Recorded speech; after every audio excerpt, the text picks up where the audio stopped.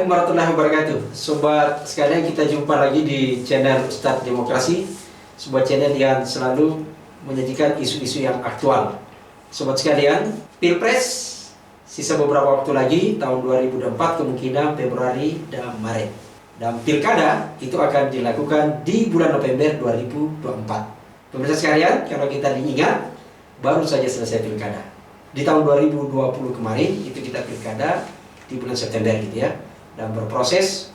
Ada banyak ratusan masuk kasus yang melakukan proses permohonan untuk uji di MK, meskipun pada akhirnya hanya 30-an ya yang dianggap memenuhi syarat untuk lanjut diperiksa, diproses di MK pada saat itu. Ada catatan yang menarik adalah, pemirsa sekalian, saya bersama dengan Mas Ferry yang kebetulan secara day to day memantau di sana ya, timnya memantau dan membuat report analisa hasil bagaimana proses di MK, kinerja MK, melihat sekaligus dalam relate-nya berkaitan dengan kualitas demokrasi kita di pilkada gitu ya. Nah, kita akan bersama, tapi tidak akan mendiskusikan hanya di soal putusannya, tapi akan mendiskusikan, kita dengar nih, meskipun revisi undang-undang pilkada yang kemarin digaungkan untuk harapannya supaya pilkada tahun 2022 itu ditunda oleh DPR dan karena ada arahan dari presiden gitu ya, tanda petik ya kan, bahasa-bahasa istana kan gitu ya. Tapi kan sekarang ini muncul lagi nih, akan ada agenda untuk revisi undang-undang gitu ya, meskipun katanya terbatas gitu. Nah, bisa diberikan informasi ke kita semua, apa sih sebenarnya yang dipotret di pilkada 2020 kemarin gitu ya, lalu kemudian yang bisa dimasukkan di undang-undang ini, apa yang mendesak untuk kita revisi? Kalau soal pilkadanya tentu ada banyak isu ya, perbaikan yang harus dilakukan. Ya. Nah, tapi kan memang waktu itu kan situasinya tidak memungkinkan Ya. ketika akan menggabungkan antara pemilu legislatif dengan pemilu nasional dengan pemilihan kepala daerah. Nah, ini kan ya nggak memungkinkan. Tapi ada beberapa isu krusial sebenarnya. Ya. Kalau berkaitan dengan soal pemilihan kepala daerah. Ya. Nah, ini kan soal penegakan hukum, Ya. itu kan bisa menjadi catatan. Ya. Dan juga kalau concern di kami waktu itu soal sengketa pemilunya, bagaimana kemudian mekanisme desain sengketa pemilu itu bisa ditata ulang. Khususnya kalau kita bicara soal Mahkamah Konstitusi ya tadi Pak Sam ya, soal MK itu berkaitan dengan hukum acara di Mahkamah Konstitusi sendiri. Ya. Nah, satu hal kan yang memang menjadi perdebatan itu kan soal ambang batas nih, Mas Sam. Ya. Ambang batas sengketa pilkada. Ya. Nah, ini kan dalam satu ketentuan. Jadi kalau di ketentuannya kan untuk bisa maju sengketa di Mahkamah Konstitusi itu, Ya. selisihnya nggak boleh lebih dari 0,5 sampai 2%. Begitu. Nanti ada rumus-rumusnya itu. Ya, luasan, iya, jumlah penduduk, Ya. nanti sekian, nah itu berapa persen dan sebagainya. Syarat formilnya gitu Syarat ya. formilnya. Nah, terhadap syarat formil ini memang dalam perkembangannya Mahkamah Konstitusi itu dia punya treatment yang berbeda-beda. Penerapannya beda-beda, Pak. Ya. Sebagai contoh misal begini. Pilkada 2015 yang kemudian bersengketa di MK tahun 2016. Ya. Itu memberlakukan ambang batas sengketa itu strict dia, kaku pokoknya, Ketat sekali ya, ketat, nggak nyampe out, pokoknya out, kurang lebih satu pun out nggak bisa. Ya, Gitu. betul. Makanya di 2016 itu nggak ada satupun yang lewat ambang batas kemudian ini diperiksa MK. Seandainya 2012 itu sengketanya Sabu Rejua, lolosnya kan, kita punya bupati warga negara Amerika. Betul, itu masalah. Kalau menerapkan pakai sistem yang kemarin, nah itu satu tuh. Iya. 2017 mulai kalenggar, Pak. Meskipun MK mengatakan bahwa yang diputus dikabulkan, meskipun lewat ambang batas itu harusnya belum masuk pada sengketa dan menjadi ruang atau ranahnya KPU. Seperti kasusnya ya, misalnya Intan Jaya. Ya. Intan Jaya itu kami dulu yang mengajukan. Tahu. Dan masuk lewat ambang batas. Tapi Yang lama menang di MK ini. Iya, betul. Ya, dia pemohonnya cuma 6.000. Ya. Selisihnya dia menang 6.000, pemenang tuh 33.000. Selisihnya 27.000. Ya. Jadi kita nggak ngomongin ambang batas. Ya. Nah, tapi di situ ada hal yang krusial pada waktu itu sehingga kita memintakan kepada Mahkamah Konstitusi bisa nggak ini diperiksa oleh mahkamah. Dan itu dipenuhi? Dipenuhi. Jadi ada 5 atau 6 daerah. Intan Jaya, Puncak Jaya di Papua ya. Ada Yapen, Kepulauan Yapen. Ada Tolikara. Ada satu lagi saya lupa. Puncak juga. Nah ini daerah-daerah yang lewat ambang batas, tapi kemudian sama MK dikabulkan. Meskipun MK pertimbangannya ini harusnya diselesaikan oleh KPU dulu nih. Sebelum masuk ke MK, silakan KPU selesaikan. Nah, tapi kan dikabulkan, Pak. Gitu. Terus yang perkembangan berikutnya 2018 meskipun tidak ada yang dikabulkan, tapi ada satu daerah itu yang diperiksa sampai akhir, Pak. Mimika itu Papua, selisihnya jauh, tapi kemudian diperiksa oleh MK. Secara substansi, kalau sebelumnya kan dia melihat formilnya saja, ini dia melihat substansinya.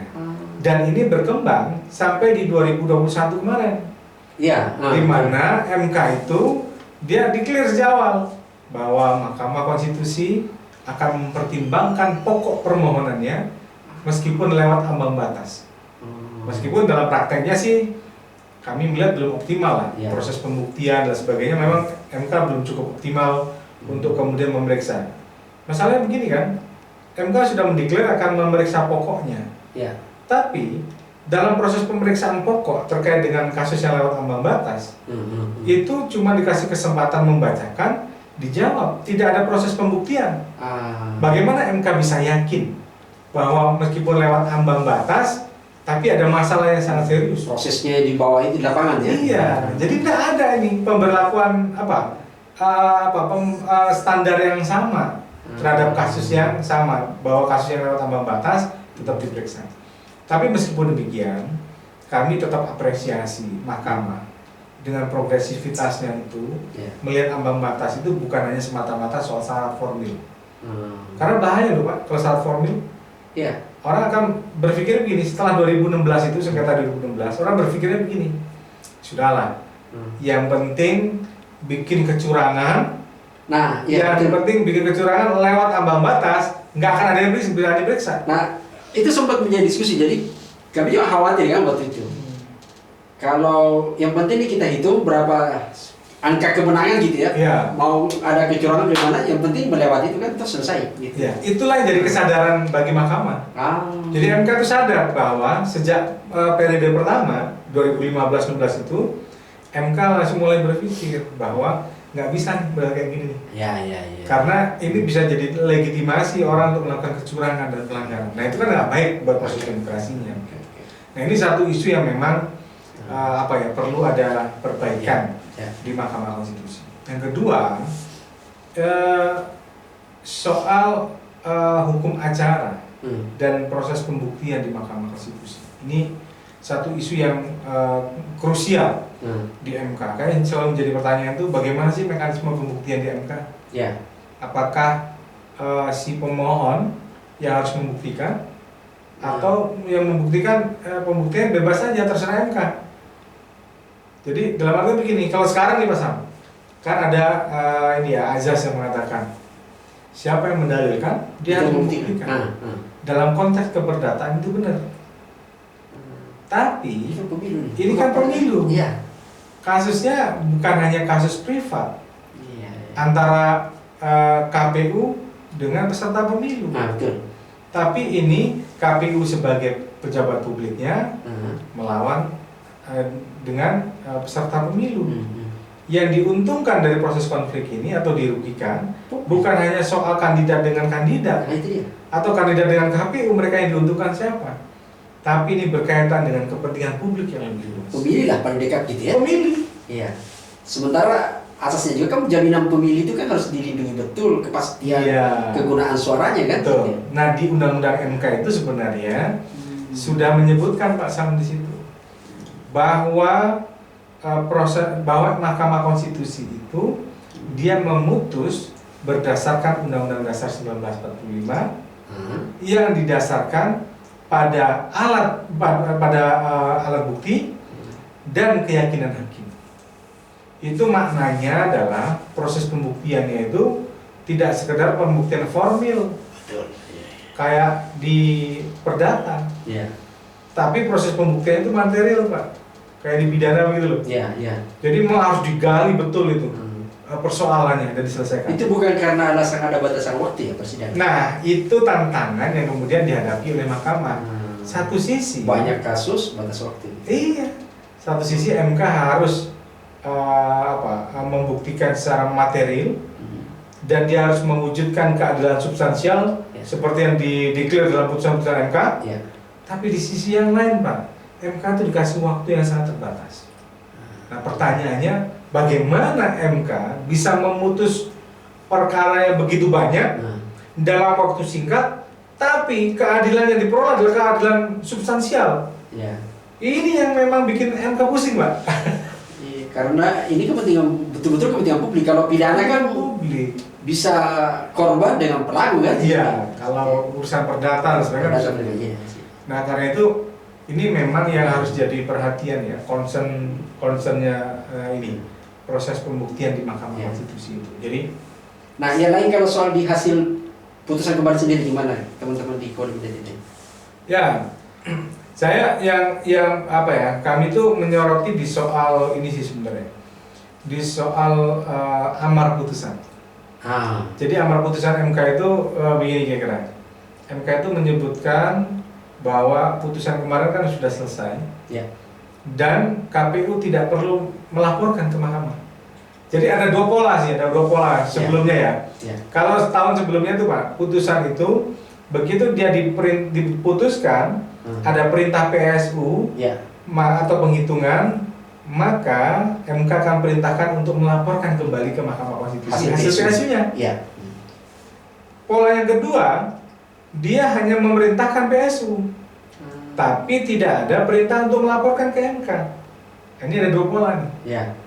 Dua pola ini dampaknya beda-beda Pak. Terhadap yang harus melaporkan ke MK, maka MK akan memeriksa hasil PSU-nya saja. Setelah itu diputus akhir oleh MK siapa yang menang dan siapa yang jadi. Sedangkan kalau tidak ada perintah untuk melaporkan, maka disinilah kandidat yang misalnya kalah setelah ditetapkan PSU, ditetapkan oleh KPU, maka dia punya hak untuk mengajukan gugatan baru terhadap putusan akhir. Nah pola yang kedua ini yang diterapkan oleh MK hari ini. Akhirnya yang terjadi apa? PSU lagi apa? Yang terjadi lagi? Sekarang gugatan baru lagi Pak. Begitu gugatan baru lagi kan pemeriksaannya dari awal, sidang pendahuluan, putusan, setelah habis itu baru pembuktian. Nah ini akhirnya waktunya panjang lagi nih. Kepastian terhadap proses dan kepastian terhadap hadirnya pemerintahan yang baru tidak ada akhirnya. Nah itu salah satu catatan. Jadi prosesnya bisa ini berlama-lama. Kan kalau tidak salah yang saya baca juga di minyak kode gitu ya. Putusan tahun ini di Pilkada 2020 itu 16 ya perkara yang PSU. Yang PSU itu ya sekitar 16 ya, 16 ya. Jadi yang dikabulkan itu kurang lebih 18, 17 atau 18. Tapi yang dua dia tidak cukup signifikan. Nah akhirnya yang 16 kalau nggak salah itu yang dilakukan PSU dan perhitungan itu di 16. Dari itu nanti maju lagi, ada yang maju lagi di MK. Gitu. Nah pertanyaan saya itu adalah ini kan PSU sudah selesai ya, misalnya bahwa ada yang maju lagi. Kita kembali ke tema tadi itu berkaitan dengan untuk revisi undang-undang pilkada. Meskipun informasi saya pernah diskusi dengan dari channelin juga Pak Ketua ya bahwa begitu. Ada ingin mendorong juga untuk revisi terbatas, tapi pada sistem untuk soal penyelenggara. Tapi kalau dibaca tadi kepentingan kan sebenarnya harusnya kan rujukan di putusan MK itu kan banyak tuh bahwa ada banyak persoalan kan PSU karena profesionalisme penyelenggara, ada juga perlindungan menghilangkan hak pilih. Kalau di Papua kan merampas kotak suara, Morowali Utara itu kan yang karyawan kan yang dihilangkan hak suaranya. Di PT. Nah ini kan termasuk yang soal Sabu Rejo itu kan kemudian nggak pernah kepikiran kan, ternyata aktor-aktor lain masih terlibat dalam pilkada ini, imigrasi, capil gitu, macam-macam gitu ya. Jadi kalau dilihat ini ya, secara keseluruhan perbaikan soal dengan pemilunya, kita kan nggak bisa merevisi keseluruhan. Tapi hal yang urgent saja kan. Gitu. Urgensinya itu mungkin di beberapa hal, Pak. Satu, kalau kita mau, kalau konteksnya adalah penegakan hukum, Ya. itu bicaranya soal ini menyamakan mekanisme dan desain penanganan pelanggaran dan sengketa. Beda-beda loh. Misalnya gini, penanganan pelanggaran administrasi saja. Ya. Pelanggaran administrasi di pemilu Undang-Undang 7 2017 untuk pemilu nasional itu dia diselesaikan 18 hari. Dan Bawaslu memutus Ya. melalui sebuah proses sidang yang terbuka dan sebagainya. Sedangkan di pilkada nggak ada mekanisme gitu, Pak. Dia hanya merekomendasikan ke KPU, KPU merespon. Ini kan dua mekanisme berbeda. Ya. Penanganan misalnya pengajuan permohonan saja ke ini soal sengketa misalnya. Ya. Permohonan sengketa itu ada yang mengatur sama-sama di situ waktunya untuk ngajuin itu 3 hari gitu ya. Ya. Tapi dasarnya apa? Ada yang berdasarkan permohonan, ada yang berdasarkan laporan, ada yang berdasarkan temuan. Itu konsekuensinya berbeda itu, beda-beda. Waktu penanganan dan sebagainya. Belum lagi soal kewenangan misalnya benturan kewenangan antara MK dan Bawaslu misalnya. Ya, contoh apa ini yang soal politik uang itu kan di juga soal ini apa penanganan pelanggaran terkait dengan proses rekapitulasi. Satu sisi Bawaslu punya loh kewenangan pas misalnya ya pas penetapan hasil begitu, ya. Itu kan ada ini ada proses rekapitulasi suara. Nah kalau ada pelanggaran administrasinya Bawaslu punya kewenangan. Tapi kan begitu misalnya diketok KPU hasil pemilu nasional 3 hari setelah itu MK yang bela dia. Nah ini kan sama-sama punya kewenangan nih, tapi terjadi benturan. Nah penataan waktu desain ini yang penting supaya kewenangannya nggak berbenturan satu dengan yang lain. Nah itu menurut saya nih Pak Sam problemnya. Nah kalau dari sisi penyelenggaraan ini salah satu yang rumit betul nih ya di kita itu adalah soal surat suara dan desain suara dan juga terkait dengan ini proses rekapitulasi. Nah desain suara kan ini ada beberapa gagasan nih yang akan menggabungkan dari kalau dulu kan 5 kota. 5 kota berarti 5 surat suara. Surat suara Pilpres, surat suara DPR, RI ya, DPD, surat suara DPRD provinsi, DPRD kabupaten kota. 5 surat suara, pusing orang Pak. Untuk tugas satu dengan kepala daerah. Iya. Nah ini KPU ada rencana kayaknya mereka mau menggabungkan ini. Nah kalau digabungkan kan bunyinya di undang-undang kan disebutkan di situ. Pemilih itu surat suara itu dia mencantumkan tanda gambar partai, nama partai, nomor urut partai, terus nomor urut kandidat dan nama kandidat. Kalau kita mau menggabungkan, ini ada beberapa gagasan, nggak ada Pak nama kandidat sama nomor urutnya. Jadi misalnya ada desain yang gini lah gitu. Calon presiden, ya. Calon presiden nanti nama-nama kalau presiden kan nggak banyak tuh. Ada nama Pak. Nah, itu bisa coblos tuh kan. Yang kedua untuk DPR, baik provinsi, kabupaten kota dan DPR RI. Jadi orang disuruh nyoblos, bukan nyoblos, misalnya nomor logo partai, nama partai, bawahnya langsung DPR RI. Dia langsung disuruh nulis nama nomor urut. Coba misalnya kalau mau milih Gerindra, nomor urut berapa di Gerindra untuk DPR RI yang mau dipilih? Misalnya nomor 8, tulis 8. Jadi nggak perlu list gitu ya? List banyak begitu. Nah tapi kalau itu dilakukan dan menjadi usulan untuk mempermudah, kan tetap saja itu harus perubahan undang-undang. Atau misalnya font CC1, C, DA1, DB, DC dan sebagainya itu kan banyak sekali. Nah salah satu yang problem kemarin itu kan banyaknya petugas yang meninggal. Ini kan soal crowdednya proses penyelenggaraan. Nah inilah yang memang menjadi concern untuk perbaikan. Ya memang ya kalau kita bicara perbaikan banyak hal. Threshold presiden. Ya itu kita berharap diturunkan Pak. Kalau bisa 10% aja udah lumayan tuh. Lebih banyak tuh calon presidennya kan? Gitu. Nah kita kan berharapnya begitu. Itu sih. Tapi kalau enggak ya soal teknis penyelenggaraan boleh. Ya, tapi kan ini, kalau tadi itu kan teknis banget gitu ya, soal kotak suara, surat suara gitu ya. Kalau yang lain kan misalnya kalau kita baca di MK juga kan berkaitan dengan profesionalisme penyelenggara gitu ya. Lagi-lagi meskipun terlepas itu, ini kan selalu menjadi diskusi dan fakta memang. Periode kali ini kan ada juga KPU ditangkap loh. Ya. KPK gitu ya. Nah gimana itu undang-undang tidak bisa menjawab sih sebenarnya, memproteksi betul bahwa kualifikasi penyelenggaraan itu memang betul-betul bisa diharap. Kan kalau problem kepercayaan kita kepada penyelenggara rendah kan akhirnya nafsi-nafsi juga pemilu ini kan gitu. Nah gimana itu? Apa bisa dimasukkan nanti atau? Ya paling kalau bicara itu kan soal bicara ini ya. Atau terlalu luas FA-nya ya gitu. Iya. Memastikan bahwa penyelenggara independen. Nah itu yang paling penting sih sebenarnya. Terus penguatan terkait dengan persoalan etik penyelenggara, penataan soal itu. Nah itu kalau dilakukan kan dia outputnya harus orang baik, ya kan? Ya. Terus begitu dia masuk, sistemnya memang mendukung untuk dia bekerja baik. Dan yang ketiga pengawasan terhadap proses itu berjalan. Nah ini yang memang jadi PR kita untuk merumuskan nih Pak Sam. Kayak perlu FGD sendiri kita. Luar biasa ini ya. Udah lama kita ngomongin FGD ya. Nah itu perlu itu. Kayaknya kan luar biasa tuh. Dari nyapres ke Ustadz Demokrasi. Saya kira memang ini penting gitu ya. Memang agak ini satu hal memang terserah di pemilu waktu bergerak untuk revisi kemarin itu kan kami mengambil pada posisi bahwa oke, teman-teman mengambil soal ambang batas, soal jadwal berapa syarat maksudnya.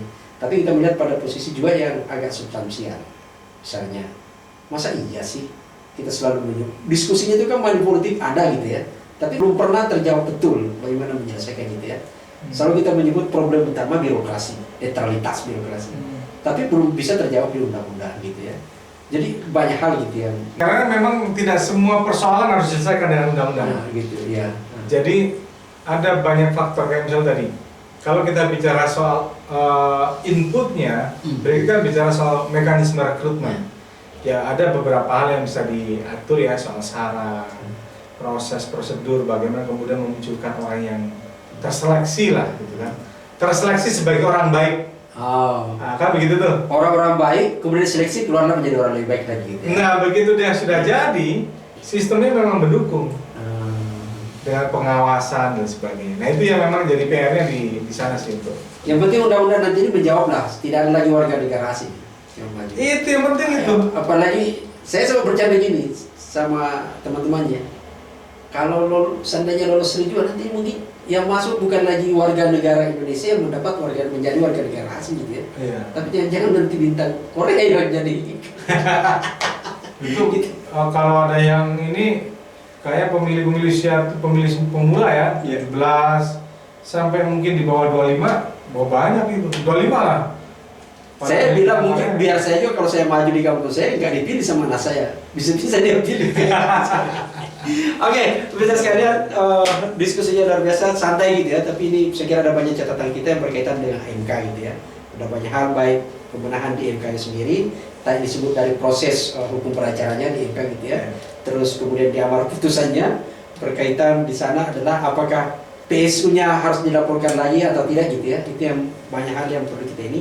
Termasuk di penyelenggaranya juga sendiri dan lebih-lebih adalah kotak suara. Karena kita berharap yang namanya pesta demokrasi itu kita happy, bukan mati, kita bukan meninggal gitu ya. Iya. Jadi harus saya kira itu pemirsa sekalian, kita akan berjumpa lagi di sesi berikutnya. Terima kasih Mas Ferry. Assalamualaikum warahmatullahi wabarakatuh. Salam warahmatullahi wabarakatuh.